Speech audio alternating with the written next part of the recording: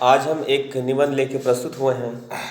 इस निबंध का शीर्षक है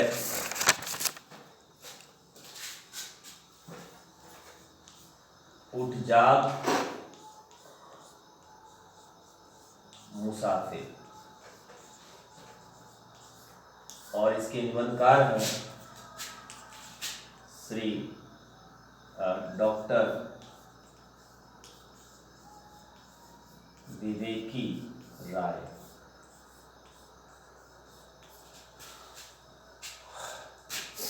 उठ जाग मुसाफिर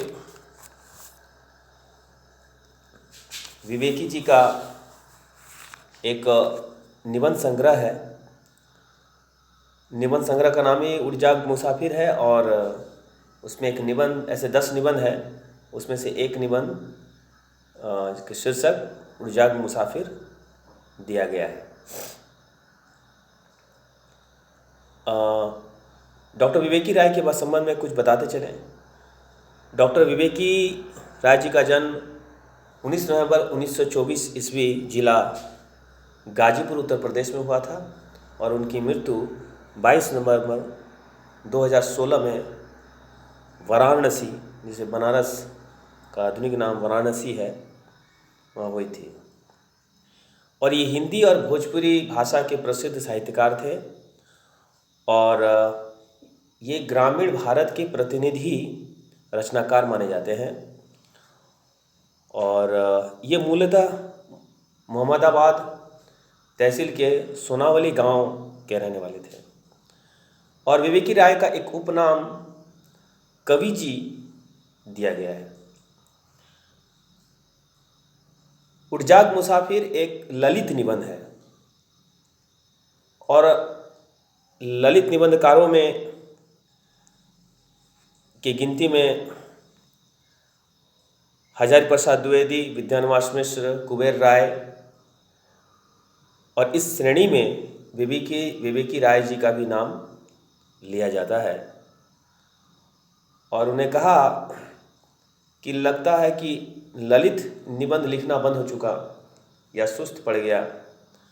फिर उन्होंने अपनी कलम थामी और कहा कि मैं ललित निबंध लिखूंगा, और उन्होंने उठ जाग मुसाफिर एक संग्रह, निबंध संग्रह 10 निबंध लिखे। और उन्होंने कहा ये बहुत सलीके से लिखा गया है और कई पत्रिकाओं ने इसे छापा है और पुरस्कृत भी है। तो हम ये समझ सकते हैं कि बड़ी जिम्मेदारी के साथ डॉक्टर विवेकी राय ने उठ जाग मुसाफिर ललित निबंध को लिखा है, जिसमें से ललित निबंध का अर्थ होता है कि जिस निबंध में कुछ सौंदर्य को उजागर किया जाता है, कुछ सकारात्मक बातों को निबंधकार के माध्यम से प्रकाश में लाया जाता है, जिन बातों को सुनकर हमारे हृदय में एक अनुपम खुशी महसूस होती है, एक आंतरिक उल्लास और एक आशा की किरण हमारे मन मस्तिष्क में आती है। ऐसे निबंध को ललित निबंध कहा गया है, जिसमें विवेकी राय जी का भी नाम लिया जाता है और इसमें अग्रणी हजारी प्रसाद द्विवेदी और विद्यानिवास मिश्र जी भी हैं। इनकी भाषा बहुत सरल सहज है। अन्य निबंधकारों की तरह शास्त्रीय भाषा इसमें लादी नहीं गई है और इसमें गीत और मुहावरों से भरा हुआ और राष्ट्रीय अस्मिता पर लिखा गया, राष्ट्रीय अस्मिता की खोज पर लिखा गया ये निबंध है, होता हुआ ये सार्थक महसूस होता है। और द्विवेदी जी विवेकी राय जी के साहित्य की जो प्रेरणा स्रोत है वो भोजपुरी ग्रामीण अंचल है और इन्होंने लोक संस्कृति, कृषक संस्कृति को भी अपने निबंधों से उजागर किया है और साथ साथ में इन सभी चीज़ों के मूल्यों को उद्घाटित किया है, जिसकी झलक हम इनके निबंधों में आसानी से देखे जा सकते हैं। लोकोक्तियाँ, मुहावरे, दार और भोजपुरी शब्दों से मिश्रित इनका ये निबंध है। और इनके निबंध संग्रह में जो 10 निबंध हैं वो इस प्रकार हैं। मनबोध मास्टर की डायरी, गवई गंध गुलाब, फिर बैतलवा डाल पर, आस्था और चिंतन, और उठ जाग मुसाफिर। और उठ जाग मुसाफिर में 10 निबंध इसमें दिया गया है। अभी चलते हैं उठ जाग मुसाफिर निबंध के बारे में। यह निबंध संग्रह 2012 में प्रकाशित हुआ और इसमें कुल 10 निबंध दिए गए हैं। और ये 10 निबंध इस प्रकार हैं। पहला, मेरी दिनचर्या। दूसरी, नमो वृक्षम। तीसरा, उठ जाग मुसाफिर। पांचवा, केना। चौथा, केना। पांचवा, ग्रीष्म बहार। छठा, तत्किम। 7, 3 डंडिया, चोट से उभरा समय और सवाल। 8, चिंता भारत के उजड़ते गांव की। और 9, गांव पर बनाम गांव में। और 10वां, सवाल जीवन का। आइए चलते हैं उठ जाग मुसाफिर में डॉक्टर विवेकी राय ने क्या कहा है। इन्होंने, डॉक्टर विवेकी राय जब एक व्यक्ति के गांव में जाते हैं, जो गांव आज़ादी के पहले का ये दृश्य है, जब लोग उठ जाग मुसाफिर के गीत गाया करते थे। और इन गीतों का, उठ जाग मुसाफिर भोर भई, अब रैन कहाँ जो सोबत है, जो सोबत है सो जागत है, खोबत है जो जागत है सो पावत है। इस तरह की आज़ादी के पहले गांव-गांव के लोग राष्ट्रीय तिरंगों के साथ और प्रभात फेरी में निकलते थे। तो एक बार विवेकी राय एक गांव पहुँचे और उस गांव में उन्होंने देखा, सुबह का समय प्रभात फेरी में 2 कतार लगाकर गांव के गांव लोग जा रहे हैं। एक बारात में वो गए थे और उन्होंने ये दृश्य देखा था कि ये पूरा गांव क्रांतिकारियों का गांव है। देशभक्ति इनके अंदर में कूट-कूट की रची बसी हुई है। लोग सुबह-सुबह प्रभात फेरी में 2 कतार लगाकर निकले हुए हैं तिरंगे की तरह। और सबसे अग्रिम पंक्ति में एक वृद्ध व्यक्ति और एक युवा लड़का तिरंगा लेके हुए। ये वृद्ध व्यक्ति कहा जाता है इस गांव का कोई संत है, और वो जो युवा लड़का जो कॉलेज में पढ़ता है वो जगदीश बाबू है। विवेकी राय इस प्रसंग को यहाँ ख़त्म करके जब पुनः अपने निबंध को शुरू करते हैं तो ये कहते हैं कि मैं पुनः उस गांव में गया और मैंने उस गांव में वो जगदीश बाबू से मिला जो आज वृद्ध हो गए हैं, बूढ़े हो गए हैं। प्राइमरी स्कूल के मास्टर हैं और उन्होंने एक पुस्तकालय बनाई है जहाँ पर ढेर सारे किताब रखी हुई हैं।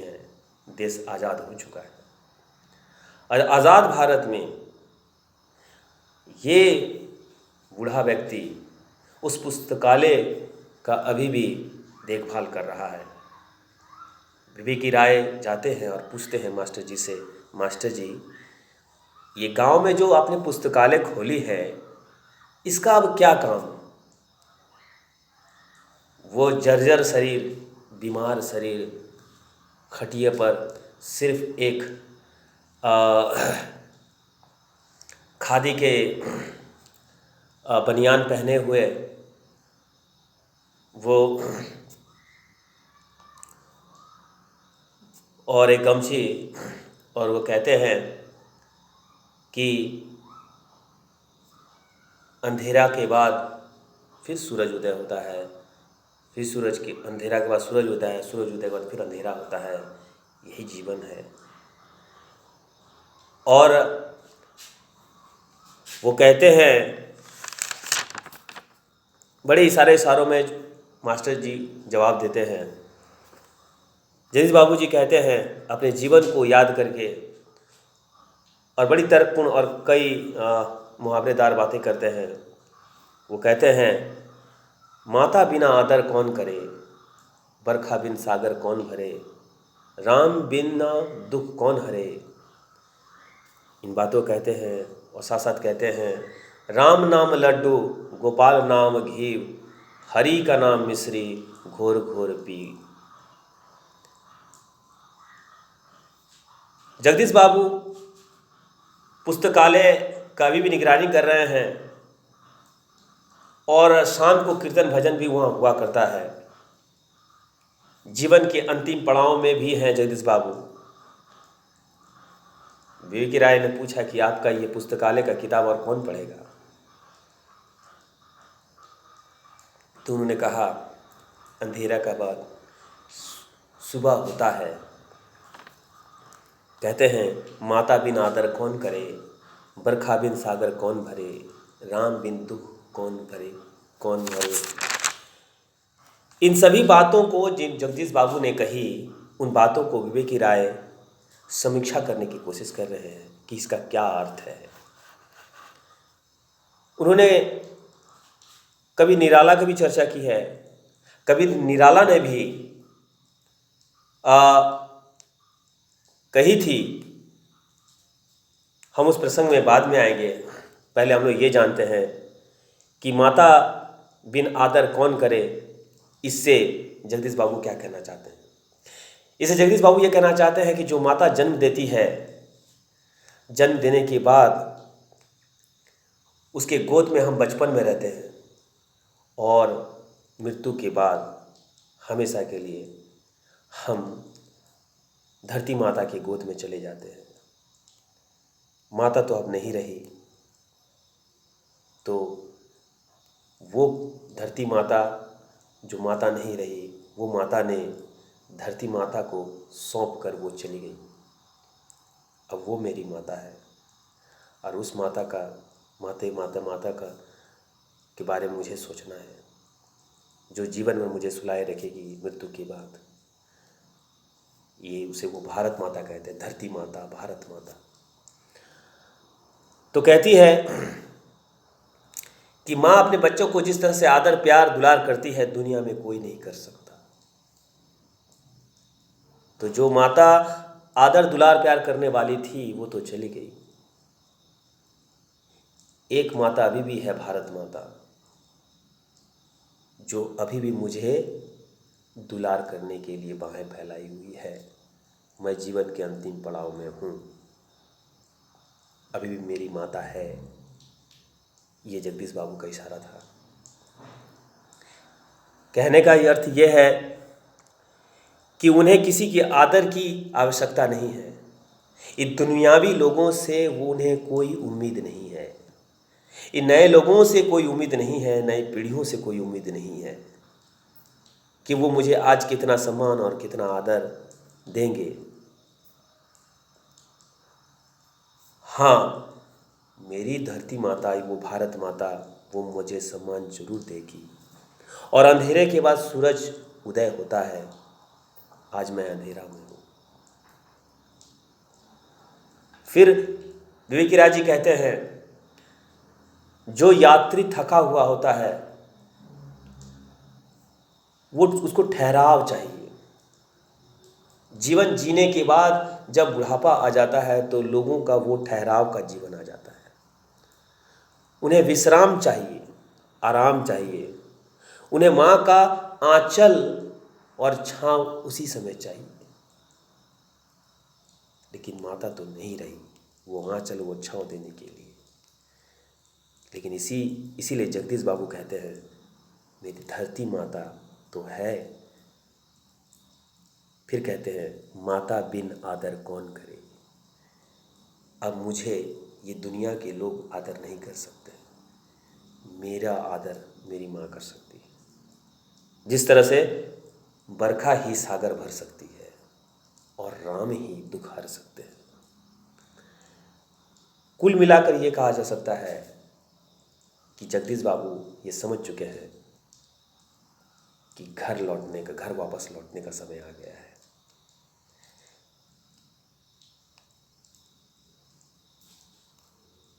स्वतंत्रता संग्राम के दिनों की बातों को चर्चा करके विवेकी जी कह रहे हैं कि एक भौतिक माता होती है जिसे हम जन्मदात्री माता माँ कहते हैं, जिसकी गोद में हम पलते हैं। एक प्रकृति के गोद में भी, प्रकृति वो भी माता है जो प्रकृति की गोद में हम जीवन भर पलते हैं। भौतिक माता तो कभी कुमाता भी हो सकती है, लेकिन ये प्रकृति और धरती की माता कभी कुमाता नहीं होती है।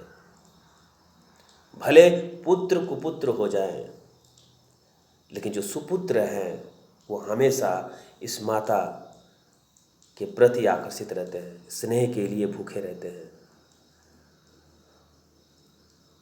और उनका आशीर्वाद के लिए हमेशा लालायित रहते हैं।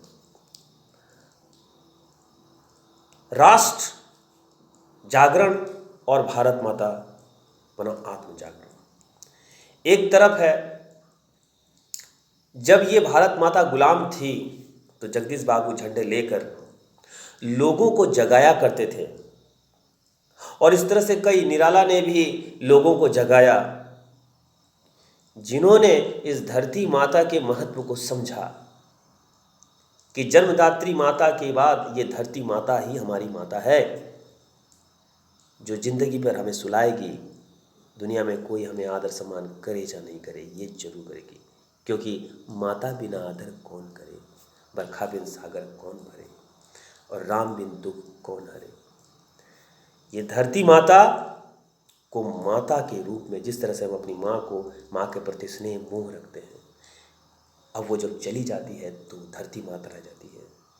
तो जीवन के अंतिम पड़ाव में, जिसको कहते हैं सांझ बेला, सूर्यास्त के बाद जो सांझ बेला है, वही है वृद्धों का समय, सांझ बेला, घर लौटने का समय। और उस वक्त वो लोग इस मिट्टी को ही अपना माँ मानते हैं। तो जब वो युवा थे, जब देश गुलाम था, तो लोगों को जगाते थे कि इस माँ को ये बंदनी है, इसे हमें मुक्ति कराना है, इसे आज़ाद कराना है, और इसके लिए उन्होंने जीवन दे दिया। लेकिन ये जब देश आज़ाद हो गया तो जो इसके सपूत थे, जो इसके आज़ाद कराने वाले सपूत थे, लेकिन इनका मन नहीं भरा कि इन्होंने जो सपने देखे थे इस देश के लिए, वो अभी तक तो पूरे नहीं हुए, लेकिन अभी तो ये बूढ़े हो चले हैं। अब फिर इन दुनिया के लोगों को कौन जगाएगा? लेकिन जगदीश बाबू अपने पुस्तकालय को अभी भी सेवा कर रहे हैं। अभी भी राम नाम लड्डू वाली बातों, राम नाम लड्डू, गोपाल नाम घी, हरि का नाम मिश्री, घोर घोर पी, इसी उम्मीद से वो गाए जा रहे हैं। माता बिना आदर कौन करे, बरखा बिन सागर कौन भरे, राम बिन दुख कौन हरे। इन बातों को अभी भी दोहरा रहे हैं। अभी भी उन्हें उम्मीद है कि सूरज उदय होगा, एक नया सवेरा आएगा। आज भी वो लोगों को जगाने में जुटे हुए हैं, आज वृद्धावस्था में भी, ताकि इस वर्तमान भारत को स्वर्णिम भारत में तब्दील किया जा सके। अभी भी वो संघर्षरत है। अपने स्वतंत्रता संग्राम के दिनों को याद करते हैं और आज के दिनों को याद करते हैं, लेकिन आज कोई युवा पीढ़ी नहीं है उन्हें मदद करने के लिए। आज की कोई युवा पीढ़ी नहीं है उन्हें समझने के लिए, इस भारत माता को माँ का आदर देने के लिए, प्रेम देने के लिए। आज तो भारत माता का नाम लेना गुनाह है।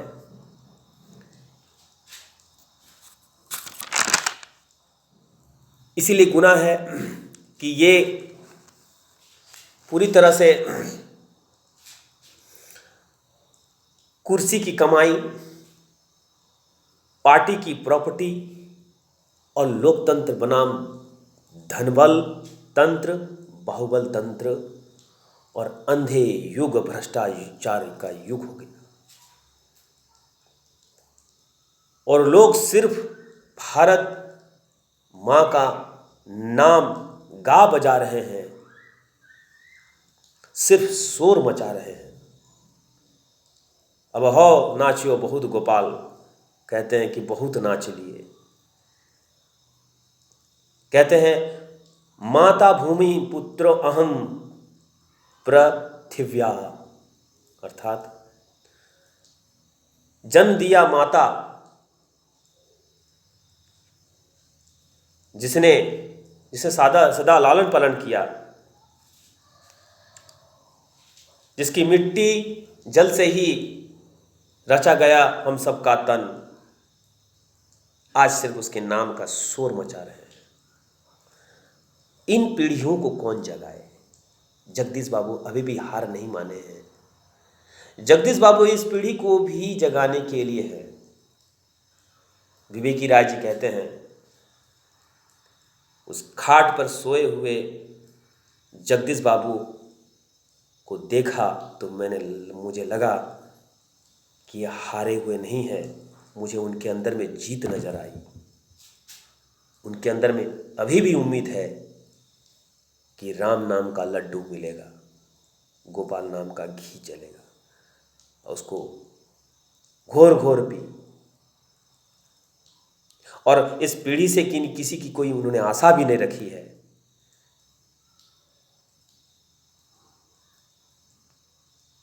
ऐसी मातृभूमि मेरी है, स्वर्ग से भी प्यारी है, जिसके पद कमलों पर मेरा तन मन धन सब बलिहारी है।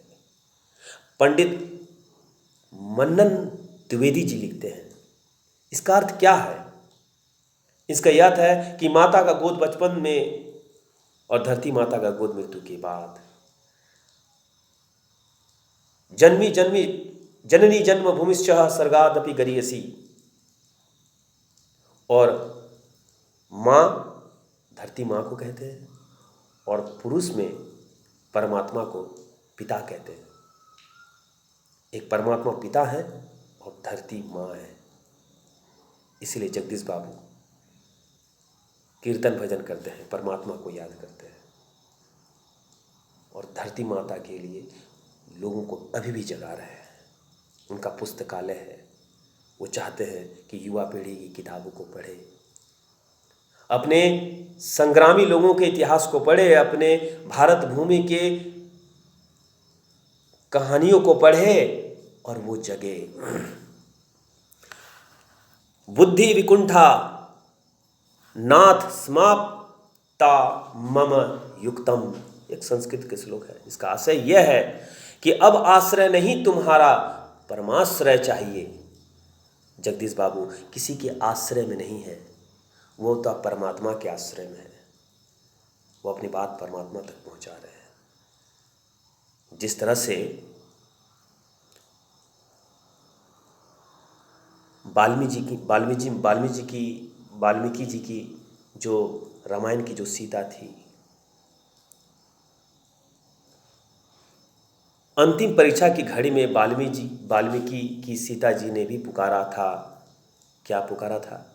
माधवी देवी विवरम दातु मम हित, अर्थात हे पृथ्वी माता, मुझे अपनी गोद में स्थान दो, क्योंकि यहाँ स्थान देने के लिए कोई नहीं है। जगदीश बाबू उसी वाल्मीकि की माता सीता की तरह आज भी उस गांव में पुस्तकालय को लेकर एक आस लगाए हुए हैं परमात्मा से, और अपनी माता की तरह धरती माता के प्रति अभी भी लोगों को गुहार लगा रहे हैं कि ये जो जिस तरह का लोकतंत्र है, जहां माता का नाम सिर्फ शोर है, और सिर्फ इस शोर और नाच में ही ये ख़त्म हो जा रहा है, जिसका कोई अर्थ नहीं निकल रहा है। अंत में जगदीश बाबू जी इस निबंध को समाप्त करते हुए कहते हैं कि जगदीश बाबू को जो मैं देख रहा हूँ, उनके अंदर में अभी भी वो उल्लास है, वो उत्साह है। लग नहीं रहा है कि जीवन के अंतिम पड़ाव में सूर्यास्त के बाद सांझ की बेला है। अभी भी वो आंदोलित है। अभी भी धरती माता को अपनी माँ की तरह पूजते हैं, परमात्मा को पिता की तरह याद करते हैं और अभी भी बीड़ा उठाए हैं लोगों को जगाने के लिए। उठ जाग मुसाफिर, और ये गीत हमेशा से गाया जाता है। उठ जाग मुसाफिर, भोर भई अब रैन कहाँ जो सोबत है, जो सोबत है वो खोबत है। आज़ादी के बाद लोग सो गए, आराम फरमाने लगे, और जो सपने थे इस देश के वो कहीं ना कहीं धूमिल हो गए। उठ जाग मुसाफिर भोर भई अब रैन कहाँ जो सोबत है। जिस तरह से आज़ादी के पहले कवि निराला, कवि दिनकर और भारतेंदु हरिश्चंद्र भी लोगों को जगाया करते थे और कहते थे कि सिंधों की मांद में आया आज सियार, जागो जगपति जागो फिर एक बार, जागो फिर एक बार। निराला ने लोगों को जगाने की कोशिश किया, भारतेंदु ने जगाने की कोशिश किया, कवि जयशंकर प्रसाद जी ने लोगों को जगाने की कोशिश किया कि अब तो जगो। और पुनः एक बार आज़ादी के बाद लोग फिर सो गए। जगदीश बाबू अभी भी गांव में हैं लोगों को जगाने के लिए। अंतिम बार एक बार इस पंक्ति को पढ़ना चाहूँगा। उठ जाग मुसाफिर भोर भई अब रैन कहाँ जो सोबत है, जो सोबत है सो खोबत है, जो जागत है सो पावत है। जब खेती चिड़िया चुग डारी, फिर पछतावत क्या होवत है। धन्यवाद।